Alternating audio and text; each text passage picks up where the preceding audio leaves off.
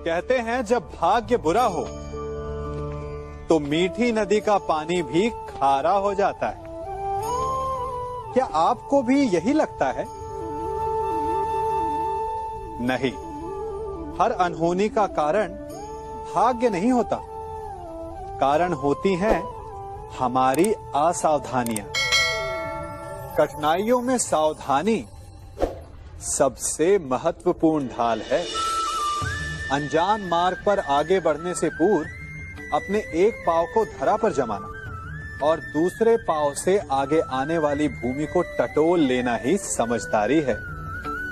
सत्य बोलने में, वचन देने या प्रतिज्ञा लेने में सावधानी आवश्यक है।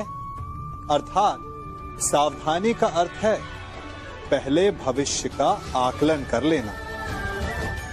यदि घर की नींव डालने में असावधानी बरती जाए तो इमारत चाहे कितनी भी सुंदर क्यों ना हो, वो ध्वस्त हो ही जाती है। इसीलिए सुरक्षित भविष्य का आधार है वर्तमान में बरती हुई सावधानी। क्योंकि भविष्य में क्या होने वाला है ये आप जान नहीं सकते, परंतु उससे बचने के लिए सावधानी की ढाल का प्रयोग अवश्य कर सकते हैं।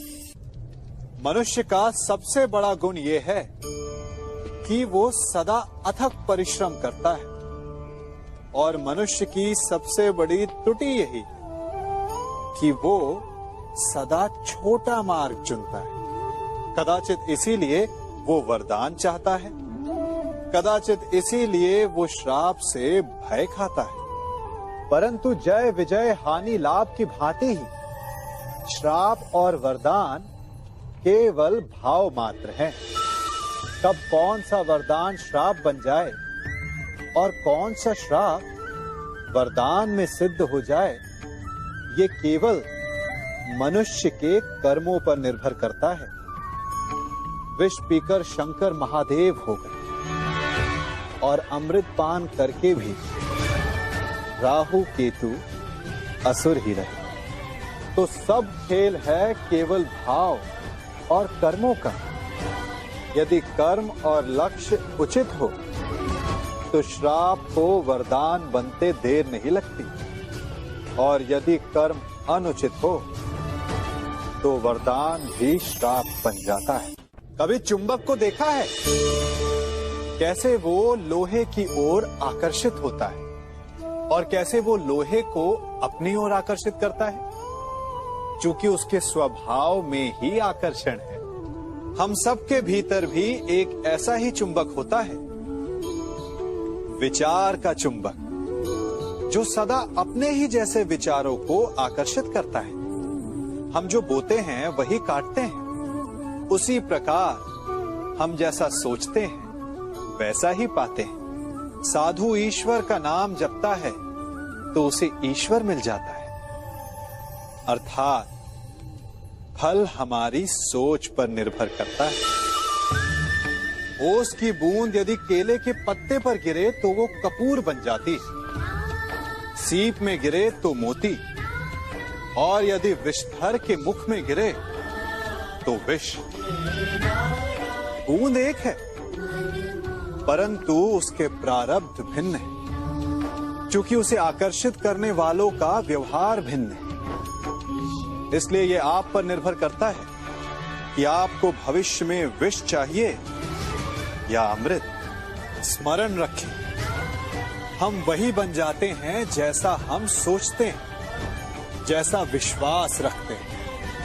यह आपका विश्वास ही है जो ये निर्धारित करेगा कि आपको विष मिलेगा या अमृत। इसलिए अपनी सोच को सुदृढ़ रखिए, सकारात्मक रखिए, और फल भी सकारात्मक ही आएगा। जब मेघ छाते हैं तो क्या होता है? अंधकार छा जाता है। मेघ गरजते हैं, बिजलियां कड़कती हैं, वर्षा होती है। सभी पशु अपने आश्रय स्थल पर जाकर छिप जाते हैं। मनुष्य अपने घरों की ओर दौड़ते हैं और सभी पक्षी अपने घोंसलों में जाकर छिप जाते हैं। परंतु एक जीव है जो गरजते मेघों को, कड़कती बिजलियों को, भारी वर्षा को भी हरा देता है। वो जीव है बाज, क्योंकि वो समस्या की जड़ों से ऊपर उड़ता है। वो गरजते मेघों से, कड़कती बिजलियों से, भारी वर्षा से, इन सब से ऊपर। यही अंतर है हारने वालों में और जीतने वालों में। ये युद्ध हार और जीत का नहीं, समस्या और सोच का है। यदि आप अपनी सोच को छोटी रखेंगे तो समस्या बड़ी हो जाएगी, और यदि आप अपनी सोच को बड़ी रखेंगे तो समस्या छोटी हो जाएगी।